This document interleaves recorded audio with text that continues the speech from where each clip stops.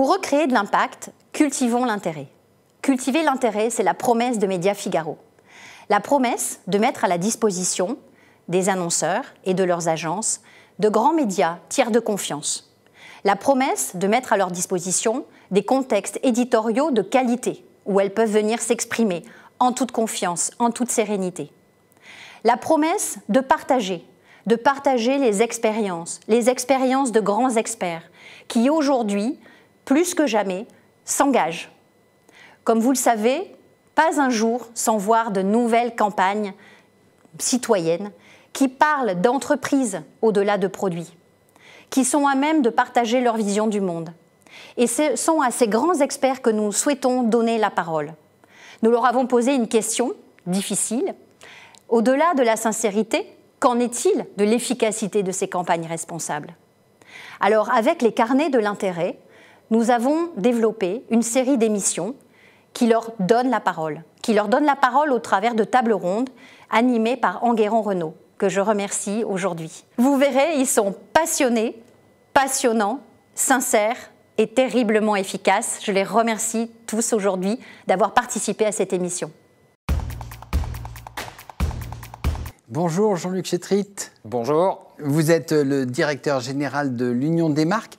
Bienvenue à l'émission Carnet d'intérêt de Média Figaro pour parler d'un sujet extrêmement important, c'est la communication responsable, parce qu'on en entend beaucoup parler. Et puis on va s'interroger sur la sincérité de cette communication responsable et puis sur son efficacité, puisque vous représentez les annonceurs. Alors on voit toutes les entreprises qui envisagent, qui abordent ce sujet de la responsabilité. Est-ce que c'est une contrainte, parce qu'on a vu que la loi demande des entreprises à mission, ou est-ce que c'est une opportunité pour les marques ? Alors, moi, je crois en effet que c'est au-delà de la contrainte ou de la nécessité. C'est une nécessité, il ne faut pas se tromper. C'est une nécessité parce que ça vient d'ailleurs, et c'est très intéressant de voir que désormais, les fonds d'investissement demandent à ce que les entreprises dans lesquelles ils investissent s'engagent dans des démarches responsables. D'accord. Fonds d'investissement. Les clients demandent aussi à ces marques de s'engager, on va y revenir, et ils sont très attentifs, et quand ces marques s'engagent, eh bien, ils changent leur comportement d'achat. Mais les collaborateurs de ces entreprises sont non seulement des collaborateurs, mais sont aussi des citoyens. Et donc, l'ensemble des publics, au fond, poussent à ce que ces entreprises s'engagent. Et s'engagent, on a souvent vu le sujet de la RSE comme essayer de réduire les impacts négatif de ce que pouvaient faire les entreprises. Aujourd'hui, ça va au-delà. C'est-à-dire qu'il faut qu'elles contribuent positivement sur deux grands sujets, les sujets environnementaux et les sujets de société. D'accord. Donc c'est une nécessité. Mais c'est aussi, et c'est ça qui m'intéresse dans le sujet qu'on aborde là ensemble, c'est une opportunité. C'est-à-dire qu'à partir du moment où un certain nombre d'entreprises ont découvert les leviers de la responsabilité pour en faire un sujet de croissance et de croissance durable, alors ça devient intéressant parce qu'on n'est pas simplement contraint d'y aller, mais on se rend compte que c'est une magnifique opportunité de regagner de la confiance et de regagner de la croissance pour les activités des entreprises qui adhèrent à ces principes. Alors ça, c'est effectivement peut-être un terme contradictoire quand on parle de communication. Il y a beaucoup de désirabilité dans la communication, on aime bien briller. Là, c'est la responsabilité. C'est quelque chose d'un peu beaucoup plus engageant. La première question, c'est est-ce que ce genre de publicité est efficace ? Oui, c'est efficace, parce que responsabilité et désirabilité ne sont pas antinomiques, bien au contraire, ils peuvent tout à fait s'associer. Il y a un certain nombre d'études maintenant qui commencent à apparaître sur ces sujets. Je vais en reprendre une, c'est l'Institut Gina Davis for Gender Diversity, qui a fait une étude aux US avec Facebook sur les communications responsables et qui a regardé en quoi ce qu'on appelle diversity, donc la diversité et l'inclusion, ont un effet ou pas sur l'achat et sur l'image. Alors, bonne nouvelle, c'est 59% des gens qui disent, et non seulement qui disent, mais qui sont plus fidèles à des marques qui représentent cette diversité, cette inclusion, et c'est 59% aussi qui préfèrent une marque qui va montrer la diversité et l'inclusion. Donc voilà un premier exemple d'étude démontrant que la responsabilité, sous la forme de la diversité et de l'inclusion, eh bien, c'est un levier de préférence pour les marques. Donc, de croissance pour les ventes des produits. Est-ce que vous avez dit, qui est très important, fidèle à la marque. Plus de fidélité, plus de préférence, plus de mémorisation, c'est-à-dire que là aussi, des études montrent que quand on a une communication qui est non stéréotypée, prenons un exemple dans le domaine de la mode, où on va avoir, par exemple, au lieu d'avoir classiquement les couples hétérosexuels qui sont représentés dans une publicité, eh bien montrer une diversité aussi dans les personnes qui sont illustrées, eh bien cette diversité, elle apporte 25% de plus d'efficacité parce qu'elle mémorise plus et il y a plus d'agréments aussi dans le public. Alors il y a aussi la question de la preuve, puisque quand une marque s'affiche responsable, prend des engagements, il faut pouvoir derrière mesurer la preuve. Comment est-ce que vous faites pour mesurer cette preuve ? Alors, bon, le discours de la preuve, c'est un point important. C'est que c'est non seulement de la preuve, mais ça touche au fond au sujet qui est la sincérité. La sincérité de l'engagement, elle doit être démontrée à travers... si on prend, par exemple, dans la diversité et l'inclusion, l'un des éléments de preuve, et Procter en a un bon exemple, c'est de représenter et presque de le quantifier. Donc on est en train désormais de mesurer quantitativement quelles sont les représentations des différentes communautés dans les communications. Et donc Procter le fait aux États-Unis. En France, on est un peu limité. Pourquoi ? Parce qu'on n'a pas de statistiques ethniques. En revanche, tout ce qui est diversité de genre est tout à fait mesurable. Donc on peut mesurer la diversité de genre. On peut mesurer par exemple le sous-titrage des films publicitaires. Sous-titrage des films publicitaires, c'est aujourd'hui 8% de la population française a des problèmes de déficience auditive. Les films ne sont pas, seulement 8% d'entre eux aujourd'hui sont sous-titrés. Donc là, c'est une mesure très concrète. Le sous-titrage, ça c'est une preuve, et c'est une preuve qui délivre de l'efficacité puisqu'on va s'adresser à un public plus large. Alors, on a vu tout l'intérêt que ça pouvait avoir une communication responsable pour les annonceurs, pour les entreprises. Maintenant, du côté des consommateurs, est-ce qu'ils s'y retrouvent ? Est-ce qu'ils ne sont pas, j'allais dire, envahis par ces messages responsables ? Est-ce qu'ils veulent voir autre chose ? Et peut-être, après ce déconfinement, après cette crise, peut-être qu'ils voudront autre chose que de la responsabilité. Alors, moi, je crois que l'idée n'est pas d'avoir un discours uniquement sur la responsabilité. L'idée, c'est d'avoir un discours qui continue à être un discours publicitaire, mettant en avant des innovations et de la désirabilité, mais le faire de façon responsable. On peut être créatif et responsable. On peut être innovant et responsable. Et on n'est pas obligé d'avoir des campagnes 100% sur des sujets de responsabilité. On peut à certains moments montrer les engagements d'une entreprise et l'exprimer avec des campagnes responsables, le tri ou ce que j'évoquais sur la diversité et la représentation des publics divers. Mais on peut faire beaucoup d'autres choses d'un point de vue créativité. Moi, j'appelle les agences et les créatifs à nous aider à créer ce nouveau discours, mais en intégrant cette dimension d'un engagement responsable dans la façon de le réaliser. Et alors, est-ce qu'il y a une communication une conjonction entre la communication des marques et puis leur vie sur les réseaux sociaux ? Parce que là, ça bouillonne et on voit tout de suite si une marque est responsable ou ne l'est pas. Oui, alors la communication responsable, ça ne s'arrête pas aux frontières de la publicité. C'est un sujet qui doit absolument... Et il y a par exemple un domaine qui doit se transformer à l'aune de cette responsabilité, c'est le domaine de l'influence. Aujourd'hui, on voit bien, beaucoup de marques investissent massivement sur l'influence, sur les réseaux sociaux. Et là, la responsabilité, c'est par exemple la transparence. C'est s'assurer qu'on est clair sur qui parle pour la marque, quel est le lien commercial qu'il y a entre l'influenceur et la marque. Donc il y a la transformation des modes de communication dans l'influence et de manière générale sur les réseaux sociaux, elle doit aussi s'inspirer de ce que j'ai évoqué tout à l'heure sur le domaine de la publicité. Alors, vous et moi, on connaît la publicité depuis déjà un certain temps. Quand on parle de responsabilité, de diversité, ça m'a interpellé. Il y avait quand même les pubs de Benetton, United Color of Benetton, donc ce n'est pas complètement neuf. Est-ce que vous pensez que ça va continuer longtemps ?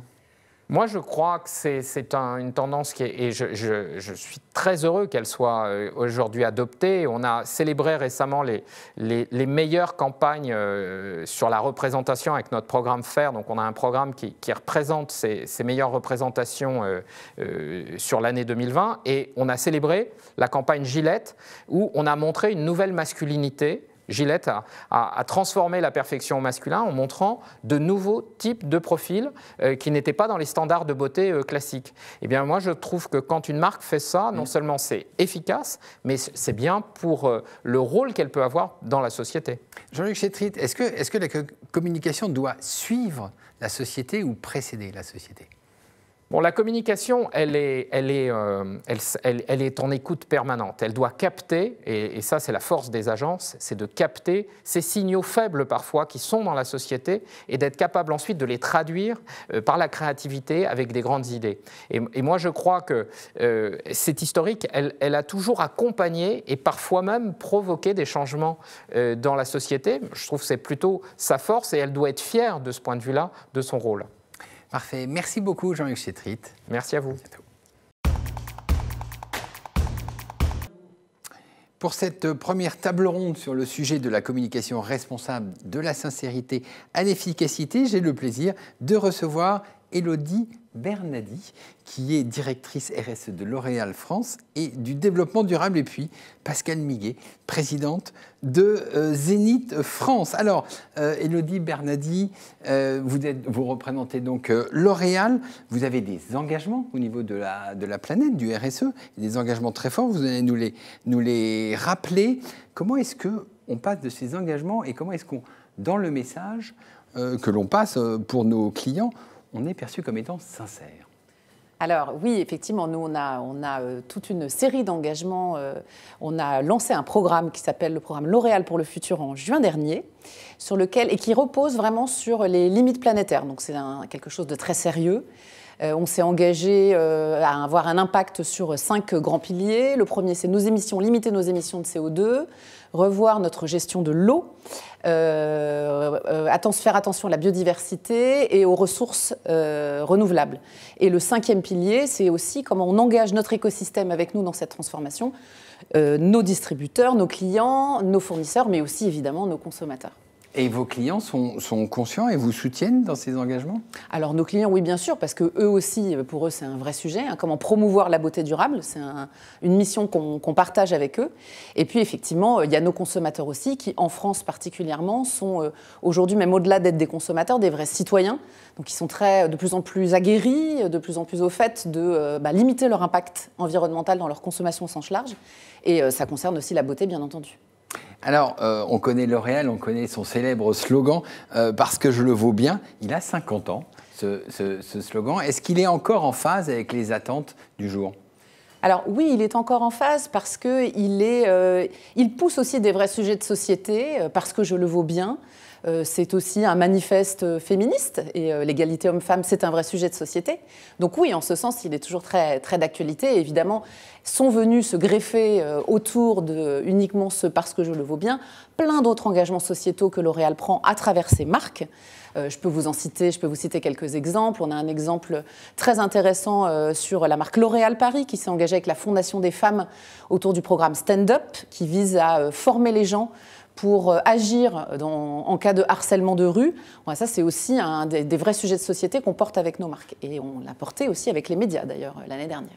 Alors, je vais m'adresser à Pascale Miguet. Je rappelle, vous êtes présidente de Zénith France. Vous avez publié une étude dans laquelle on apprend que 63% des Français attendent avant tout des engagements derrière la notion de communication responsable. Vous pouvez nous en dire un petit peu plus ? Oui, alors c'est une étude qu'on a lancée qui n'est pas encore sortie. Donc là, on a juste des premiers résultats qu'on peut partager avec vous.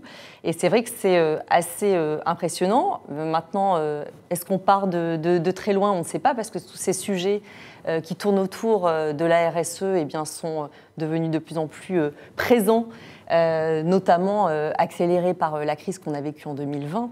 Mais en tout cas, ils relèvent une attente particulière qui est celle de nos citoyens, qui effectivement attendent plus des engagements derrière cette notion de communication responsable. Et cette communication responsable, eh bien, elle est portée par nos marques qui doivent, au-delà de partager l'ensemble des communications commerciales, tous leurs engagements en fonction des publics qu'ils souhaitent adresser. Alors, quand vous dites nos publics, il y a des différences de prise de conscience entre les plus jeunes, qu'on imagine beaucoup plus au fait de ces engagements, et puis les consommateurs qui ont un certain âge et qui disent « bon, bah, on a toujours vécu comme ça, c'est pas très grave ». Oui, alors c'est très intéressant parce qu'on se rend compte qu'en fonction des générations, eh bien, les sensibilités sont différentes.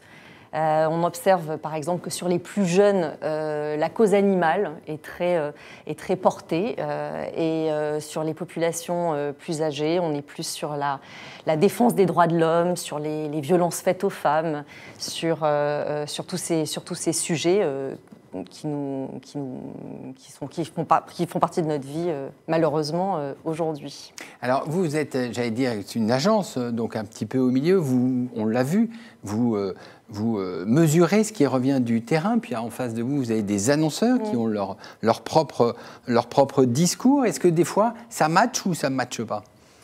Alors, nous, on est là pour ça. C'est-à-dire qu'on a notre rôle, c'est d'accompagner effectivement ces marques, les éclairer sur les attentes, sur les comportements des consommateurs, et pour que leur communication puisse effectivement être connectée avec ces attentes en fonction des publics qui sont concernés. Alors il y a plein de questions qui se posent, hein, et c'est vrai que les marques se posent beaucoup de questions sur qu'est-ce que je dois mettre en avant, quels arguments, est-ce qu'il y a des formats en particulier qui vont être plus efficaces que d'autres, est-ce que je dois travailler des messages sur le digital ou plutôt sur des médias classiques.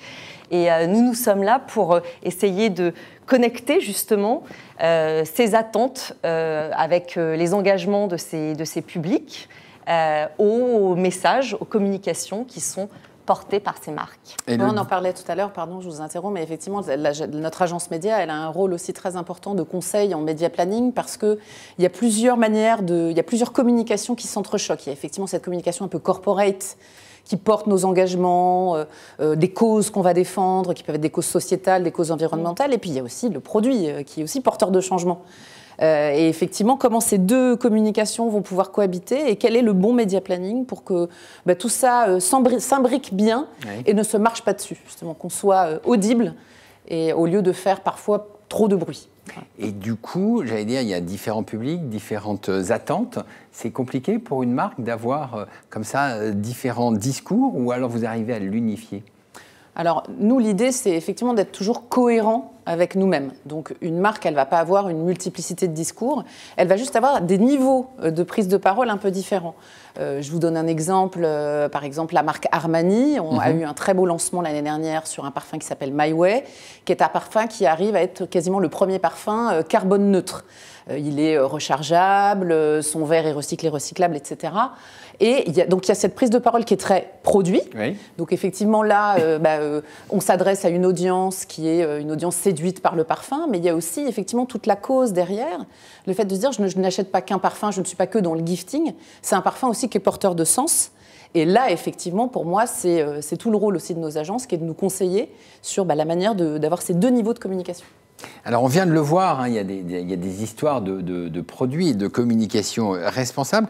On va parler de l'efficacité. Comment est-ce qu'on mesure l'efficacité d'une communication responsable? J'allais dire, à contrario, une communication irresponsable, on voit tout de suite le bad buzz. Mais comment est-ce que vous mesurez cette efficacité? Alors écoutez, je ne vais pas vous donner aujourd'hui la solution. Des recettes miracles. Alors, on aimerait bien avoir des recettes miracles. En tout cas, ce que je peux vous dire, c'est que nous travaillons justement sur tous ces sujets, sur des critères de performance, parce que pour nous, c'est extrêmement important de lier la performance responsables à la performance et d'intégrer donc ces critères RSE pour qu'ils viennent appuyer les messages, la cohérence des messages et qu'ils donnent du sens et qu'on puisse en mesurer l'efficacité, que ce soit sur le business, que ce soit sur des campagnes branding, des campagnes, comme on dit, à la performance. Donc aujourd'hui, on n'a pas de recette miracle. En tout cas, ce qu'on a mis en place, nous, au sein de Publicis, on a organisé ce qu'on a appelé le Positive Media Project, qui réunit l'ensemble des parties prenantes, c'est-à-dire les annonceurs, les experts, les partenaires régies, dont vous faites partie d'ailleurs, Média Figaro, pour pouvoir travailler de façon collective à la définition des critères, à voir quels éléments de mesure on peut mettre en place, et pour créer des guidelines marchés qui soient profitables à tous et qui soient non seulement efficaces sur tous ces sujets, mais qui soit aussi réel et qui soit vraiment le plus universel possible. Donc on y travaille. Vous y travaillez. Et Élodie Bernardi, effectivement, les engagements, les responsabilités, c'est plutôt du long terme, c'est des engagements à long terme, mais il y a aussi les ventes à court terme. Donc vous arrivez à concilier efficacité sur le business et puis porteur d'un message plus long terme ?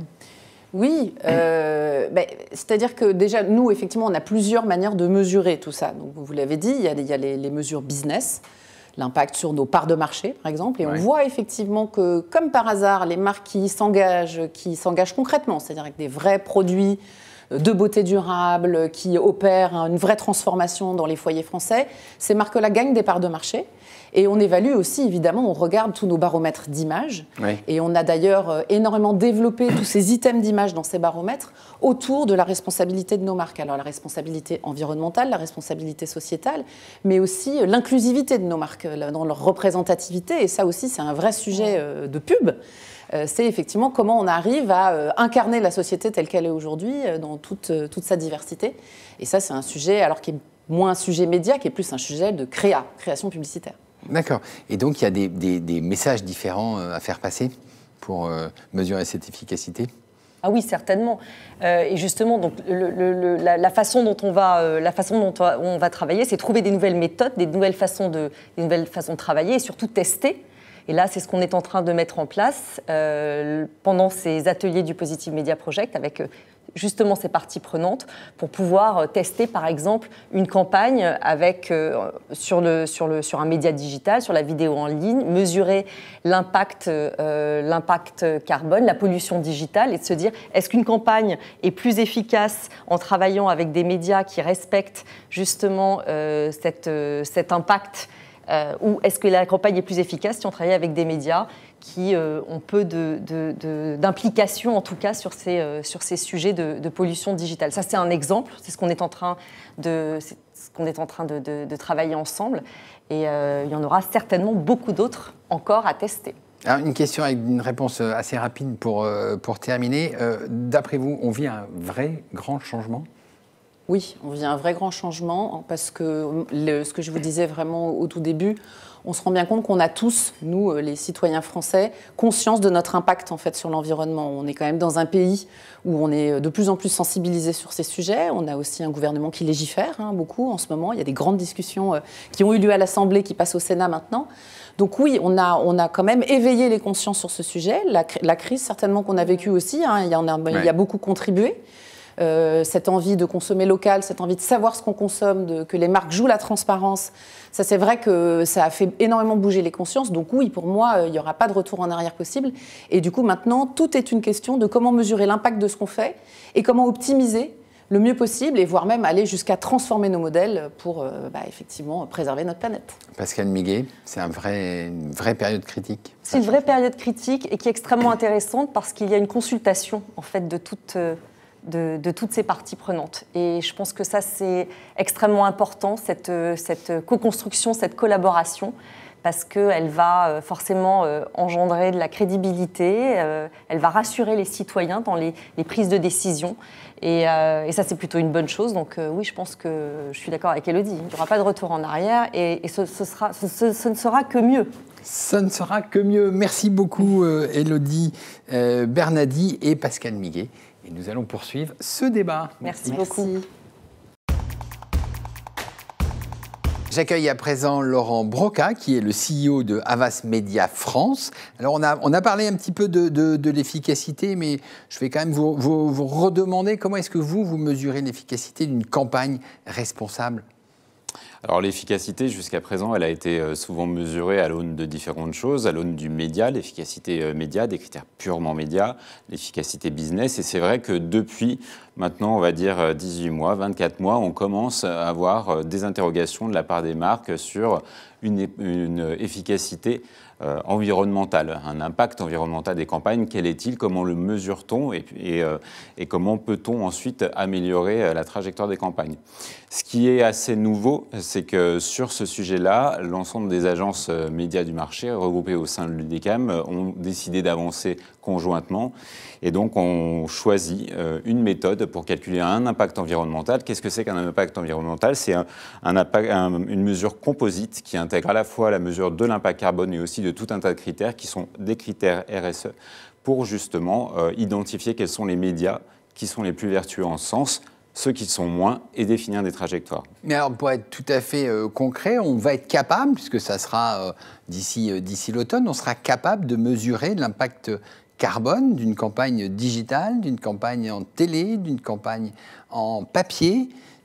Alors, c'est l'impact environnemental et pas que carbone. Carbone, on est déjà capable de le faire, on va aller plus loin.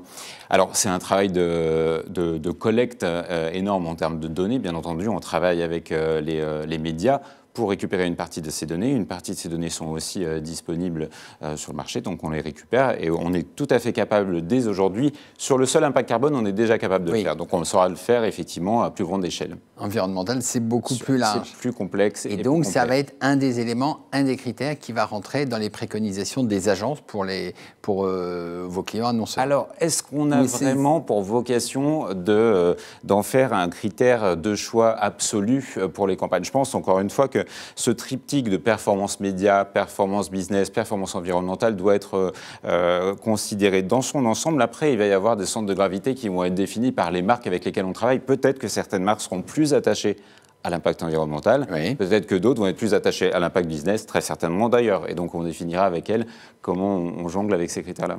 Alors ça, on le voit, là, on mesure les impacts. On va remonter un tout petit peu en amont sur la création publicitaire, puisque bon, la publicité est un métier, et les Français adorent consommer de la publicité, mais maintenant, les messages changent, la création change, le ton change.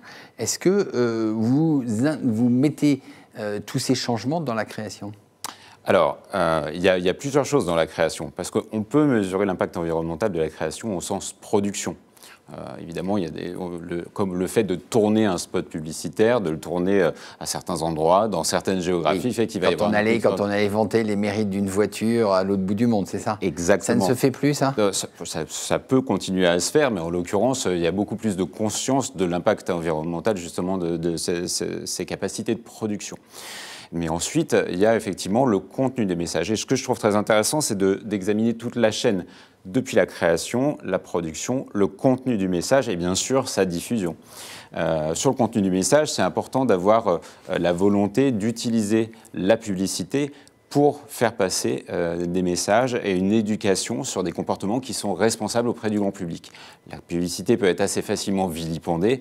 Là, c'est utiliser son pouvoir de masse pour justement infléchir les comportements, éduquer les consommateurs et justement faire changer des idées qui parfois sont des idées reçues. Oui, parce qu'il y avait quand même un débat politique sur...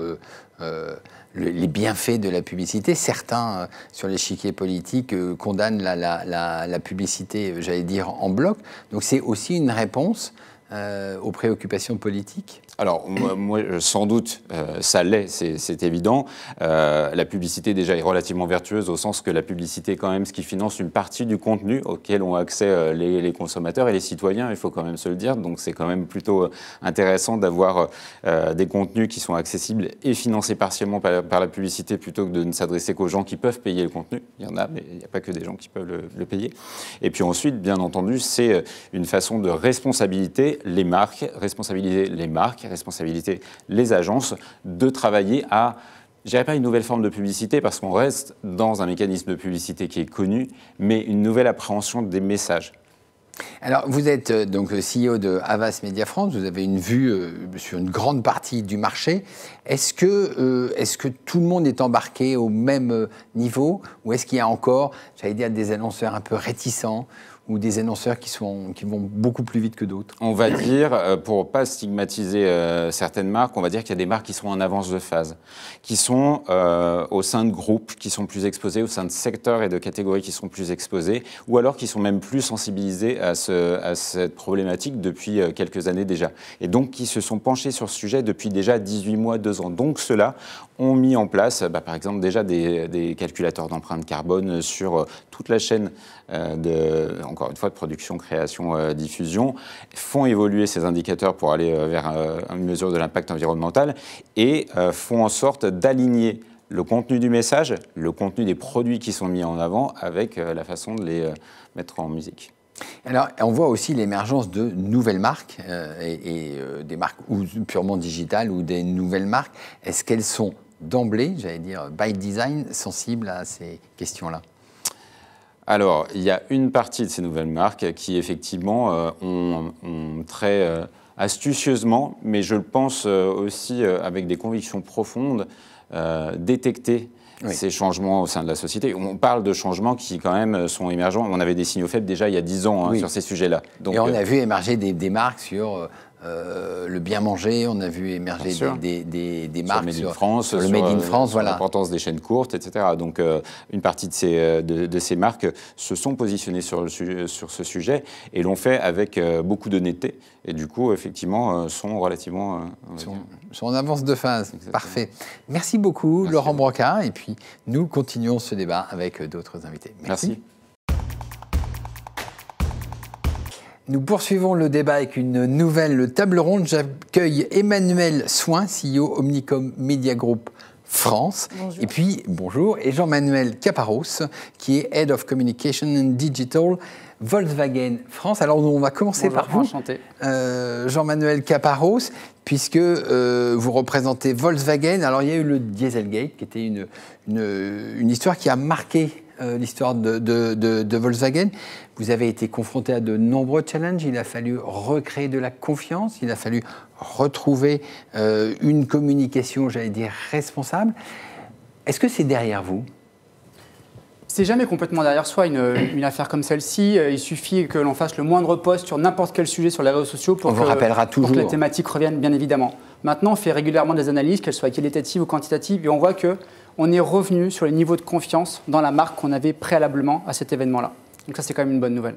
Alors, ça veut dire qu'il faut être encore plus responsable pour se faire pardonner le Dieselgate ? Clairement, dès qu'on est sur des sujets qui ont trait à la responsabilité environnementale, il faut qu'on donne des preuves, des gages très très forts, qu'on les donne à nos communautés, à nos clients, et puis même aux organismes comme l'ARPP pour prouver que vraiment, quand on parle d'un engagement autour d'un Way to Zero, par exemple, on met les actions en œuvre pour l'atteindre.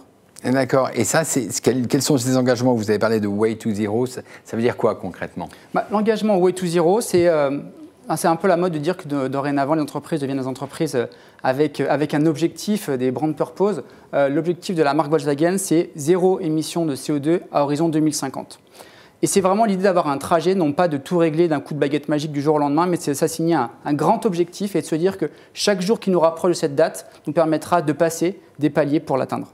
Alors on a vu Volkswagen avec son histoire particulière, mais c'est aussi l'industrie automobile dans son ensemble qui doit opérer cette transition vers des véhicules propres, j'allais dire. Il y a des objectifs, il y a des dates. En 2040, il ne doit plus y avoir de véhicules thermiques. Vous êtes prêts et vous devancez l'appel, j'allais dire ?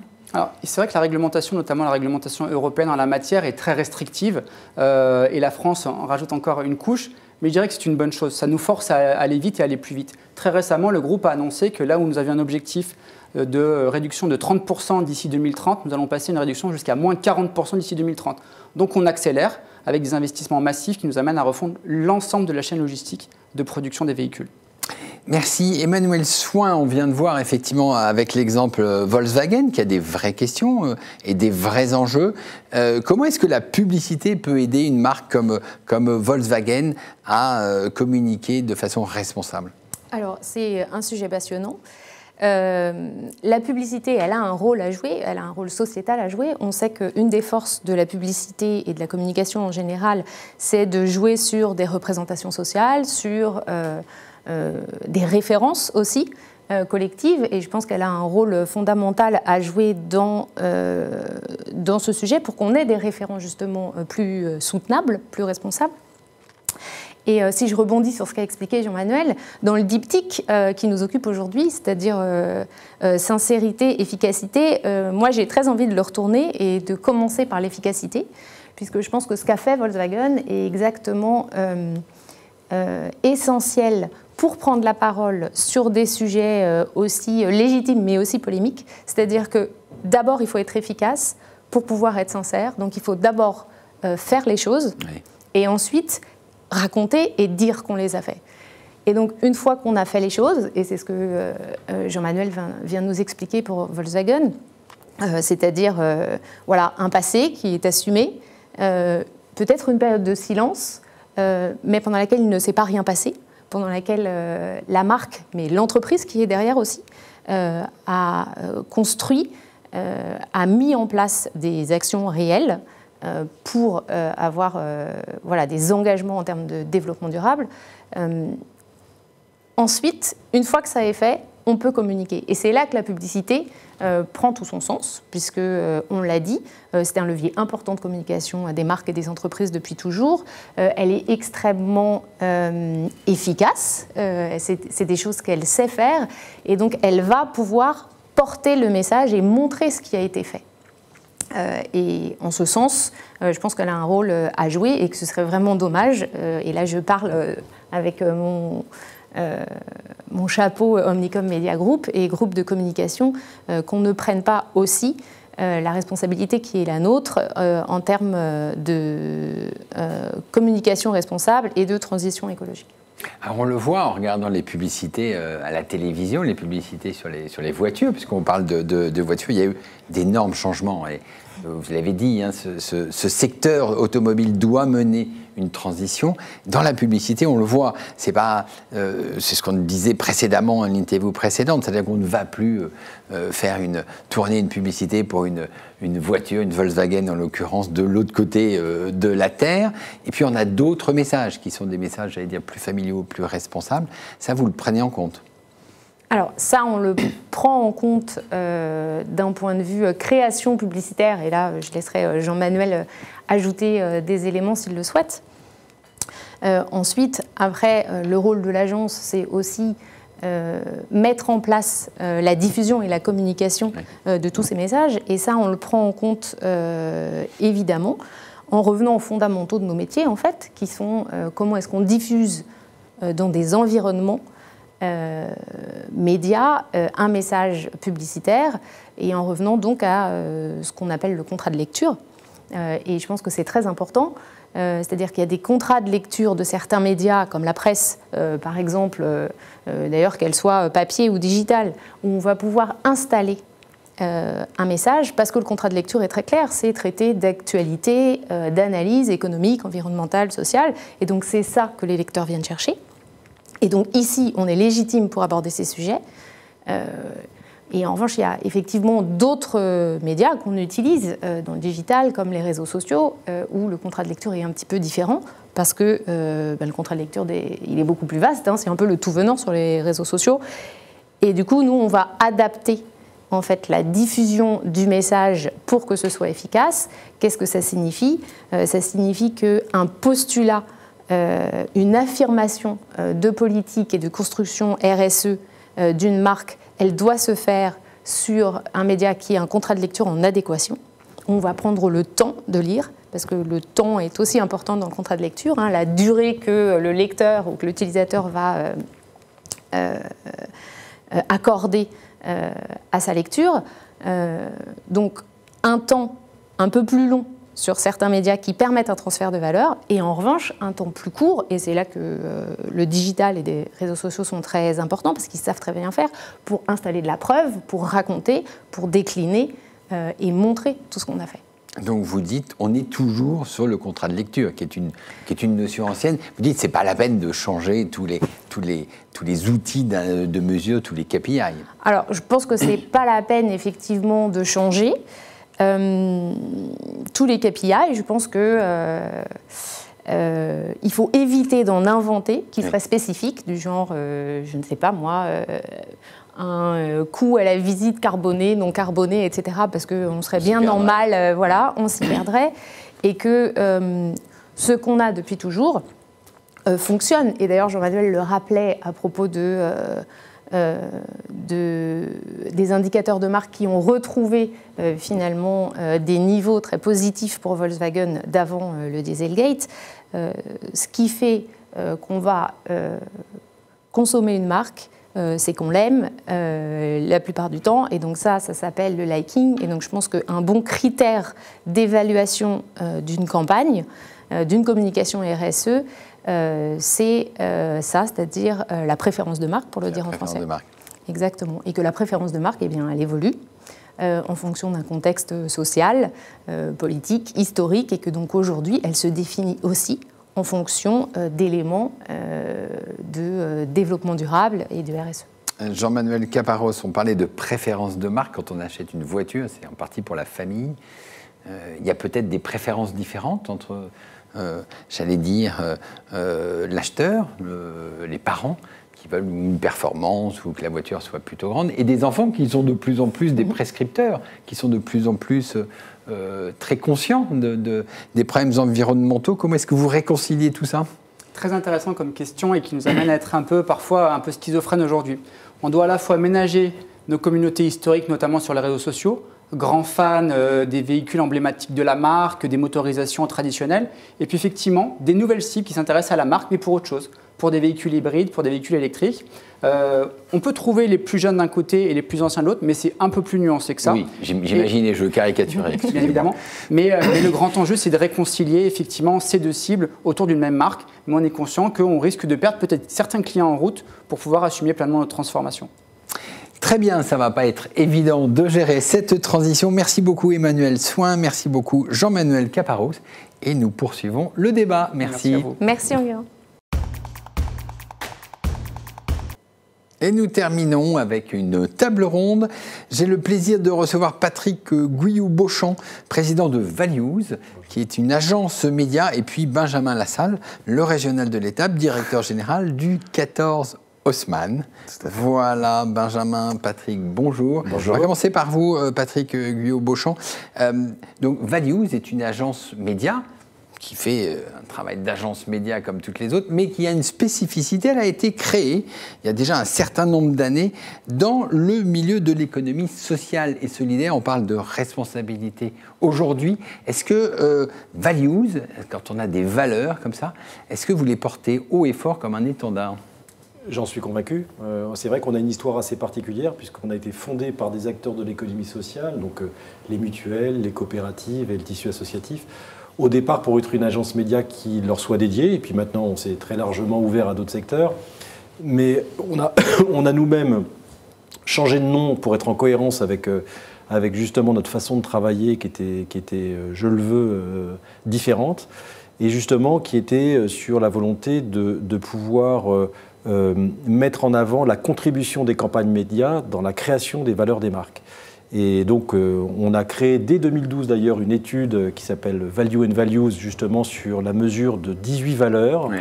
Et qui nous ont permis, cette mesure nous a permis justement également de proposer un protocole de mesure de la contribution justement des campagnes médias, où on est capable de voir à chaque fois qu'on fait une campagne média, comment justement la campagne a contribué à l'accélération de valeurs sur les valeurs recherchées par les marques. Et donc, justement, oui, j'en suis convaincu, on a une vraie spécificité. D'ailleurs, l'économie sociale reste toujours un secteur assez important chez nous. On s'est ouvert à tous les secteurs. Mais notre façon de travailler, justement, sur la responsabilité des marques, je pense, est une vraie spécificité et une vraie différence par rapport aux autres. Alors, vous venez de le dire, vous avez cette étude, Value and Values, qui est depuis 2012. Donc, vous avez pu voir dans l'histoire évoluer ces 18 valeurs, lesquelles sont prépondérantes et lesquels n'existaient pas il y a une dizaine d'années? Alors bien évidemment, surtout dans le cadre du développement de la RSE, il y a des valeurs aujourd'hui qui sont, j'allais dire, unanimes, même si dans le cadre de la mesure de la performance, elles n'étaient pas du tout aussi prégnantes avant. Oui. Je pense à des valeurs de solidarité, de gouvernance, d'éthique. Bien évidemment, toutes ces valeurs-là, j'allais dire, il y a quelques années, c'était un peu le cadet des soucis, notamment des services achats des entreprises, où là, ce qu'ils voulaient juste savoir, c'était combien, en termes de pression publicitaire, on avait su optimiser pour une agence média, ou alors, bien évidemment, quel était l'incrémental de business rapporté grâce aux campagnes médias. Aujourd'hui, il y a une vraie prise de conscience. Mais cette étude, ce n'est pas simplement que ça, et notamment, ça mesure aussi des valeurs d'innovation, des valeurs de performance commerciale, des valeurs de dynamisme. Donc, grosso modo, ce qu'on mesure, c'est les 18 valeurs unanimement reconnues par la plupart des sociologues internationaux.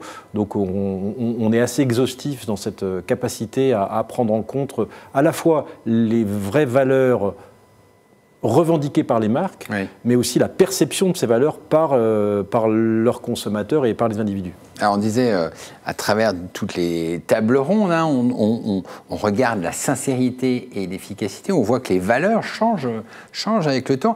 Est-ce que tout l'écosystème est aligné de l'annonceur, des agences médias que vous représentez et des médias ?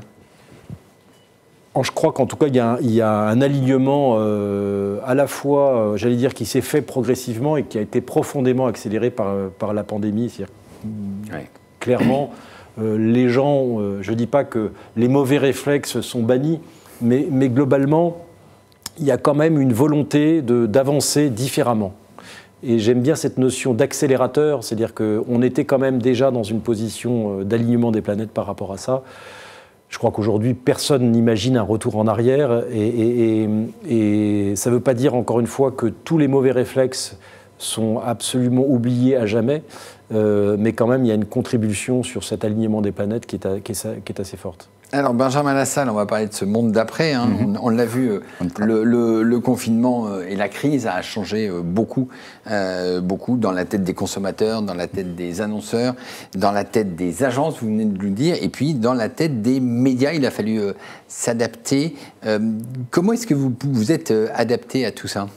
Nous, ce qu'on propose, c'est d'aller plus loin finalement que la publicité traditionnelle pour aider à nourrir le discours de preuve des entreprises. Donc c'est vrai que je suis content d'être sur cette table ronde avec Patrick parce qu'on a eu l'occasion justement de le faire pour donner quelques exemples très simples justement de ce qu'on a pu faire.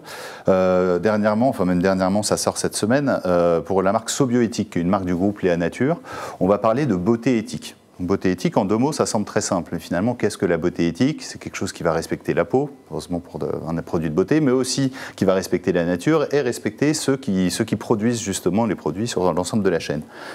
Comment est-ce qu'on explique ça finalement aux consommateurs ? Parce qu'une publicité avec une punchline ne va pas forcément pouvoir creuser suffisamment le sujet. Oui. Donc ce qu'on a fait, c'est qu'on a monté un dispositif qui est quand même un petit peu plus long à construire finalement que pour nous juste vendre un espace publicitaire.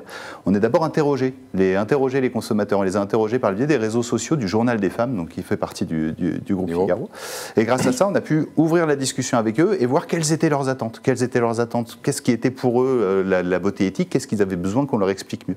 Une fois qu'on a récupéré toute cette matière, là, on s'est inspiré de confrères journalistes, justement, pour pouvoir monter tout un dispositif où on est allé interviewer des experts de la marque, mais aussi des labels certifiants, des journalistes indépendants, des consommateurs.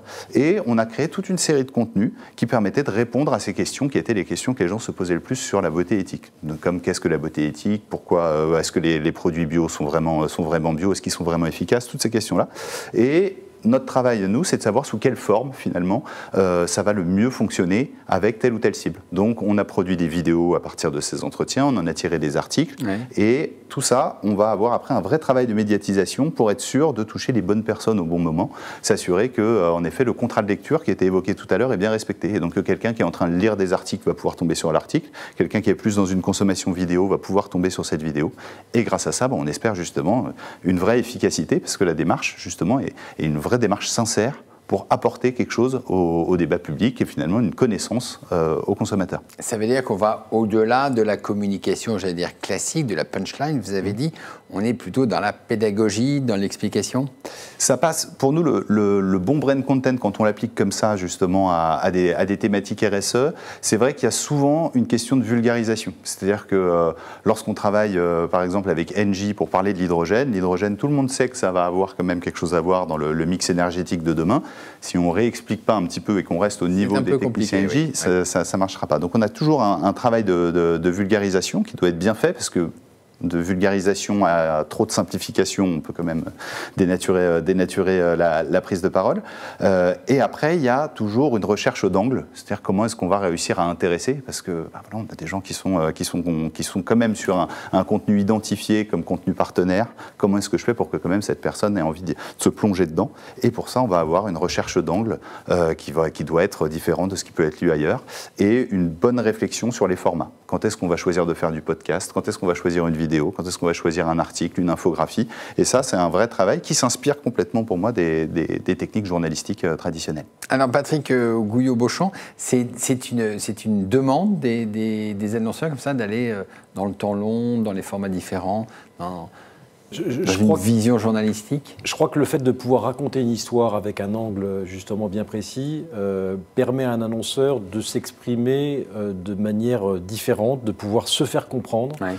Et donc de générer à la fois une attention, mais cette capacité d'expression et de compréhension, elle n'est intéressante que si elle est sincère. Tout à l'heure, Benjamin disait le mot. Nous, on s'adresse essentiellement auprès de marques pour lesquelles la responsabilité est très importante. On parlait de Léa Nature. Léa Nature, le président de Léa Nature est très très engagé, non seulement dans la bio d'une manière générale, mais sur la responsabilité très fortement. Il est président de One Person for the Planet. Tous ces éléments-là, bien évidemment, dans le cadre du brand content, sont particulièrement enrichissants et sont à même d'être bien mieux perçus. Et donc, c'est vrai que le récit permet une qualité d'explication et de compréhension beaucoup plus importante. En fin de compte, il est par lui-même beaucoup plus responsable. Ça ne veut pas dire que la communication publicitaire ne l'est pas. Et justement, à partir du moment où elle est toujours faite de manière sincère et authentique, elle peut être totalement cohérente avec la notion de responsabilité mise en avant par les marques. Mais l'explication dans le cadre du brand content est formidable. Je prends un autre exemple. Alors, on a fait pas mal d'opérations ensemble, notamment on a fait des opérations ultra convaincantes. Je pense notamment à une opération qu'on a fait dans le cadre d'Harmonie Mutuelle, par exemple, qui est la première mutuelle santé, sur un baromètre qu'on a fait pendant plusieurs années ensemble sur le bien-être au quotidien. Bien évidemment, ça permet de nourrir, de donner des exemples, de mieux faire comprendre. Donc là aussi, on est sur des exemples très forts. On vient de faire aussi, dans un autre cadre qui n'a rien à voir pour le groupe VIV, qui est le premier groupe mutualiste dans lequel est intégré Harmonie Mutuelle, on a fait un documentaire de 52 minutes qui met en avant ces héros du quotidien que sont les aidants. Où là, on a mis en avant à peu près 6 couples d'aidants aidés, juste pour montrer ces héros de l'invisible, pas du tout pour promouvoir une solution du groupe VIV, mais juste pour les mettre en avant. C'est typiquement des formats, notamment des formats longs, que le brand content, entre guillemets, peut pousser et nous permettre de voir complètement différemment des enjeux qui sont vraiment des enjeux sociétaux. Moi, j'aime bien rappeler que RSE, c'est la responsabilité sociétale des entreprises. Donc, on est au cœur même des dispositifs de la RSE. Benjamin, donc ces enjeux sociétaux, ces enjeux de long terme qui doivent être expliqués, il y a une plus en plus grande demande de la part des annonceurs? Clairement, il y a une plus grande demande. En fait, toute la demande, elle vient d'un grand mouvement de société. Ce grand mouvement de société qu'on retrouve finalement partout, mais qu'on retrouve aussi dans nos pages sur nos sites. On voit aujourd'hui que ça prend une telle place sur le débat public qu'on a passé, on va dire, le stade des lanceurs d'alerte et qu'on est aujourd'hui dans le stade de vraiment qu'est-ce qu'on fait de manière très concrète. Et c'est vrai que je pense qu'on a passé l'idée de voir les entreprises comme les grands méchants, mais qu'on voit que les entreprises finalement font partie de ce grand débat et sont aussi ceux qui doivent apporter des solutions. Bien entendu, le consommateur, il devra goûter l'eau quand il se lave les dents, etc. Mais finalement, c'est petit comparé à tout ce que les entreprises peuvent apporter là-dessus. Donc les entreprises sont dans ce mouvement-là et elles font des choses. Nous, notre but, c'est pas forcément en tant que régie publicitaire de leur expliquer ce qu'ils doivent faire dans la manière dont ils produisent les produits. Mais par contre, on peut les aider à montrer, lorsqu'ils font quelque chose de vraiment bien, le montrer justement avec sincérité et de faire en sorte que, après, au bout, ça travaille sur la préférence de marque qui est évoquée aussi tout à l'heure. Donc forcément, on a beaucoup de demandes qui arrivent là-dessus et nous, ça nous demande aussi, d'un point de vue régie, de nous organiser pour pouvoir accueillir tout ça. Ça nous demande de faire un grand travail de planning stratégique pour comprendre les attentes des consos. C'est-à-dire que les consommateurs, en effet, on prenait tout à l'heure sur la beauté éthique, ou même sur l'hydrogène, aujourd'hui, les gens n'ont pas forcément un avis très précis. Donc ça nous demande, nous, déjà parfois d'interroger les journalistes de la maison qui sont spécialistes justement pour détecter tous les signaux faibles. On se plonge dans notre data, donc la fameuse data Figaro, puisqu'on a une grande empreinte digitale, donc ça nous permet de suivre les articles qui sont le plus lus et par quel type de personnes. On suit ce qui se dit sur les réseaux sociaux et grâce à ça, on aide à établir une stratégie de prise de parole. Merci beaucoup Benjamin, merci. Il me reste à remercier l'ensemble des participants à ces diverses tables rondes et puis remercier toute l'équipe de Média Figaro pour cette journée. Merci. Merci beaucoup. Merci beaucoup.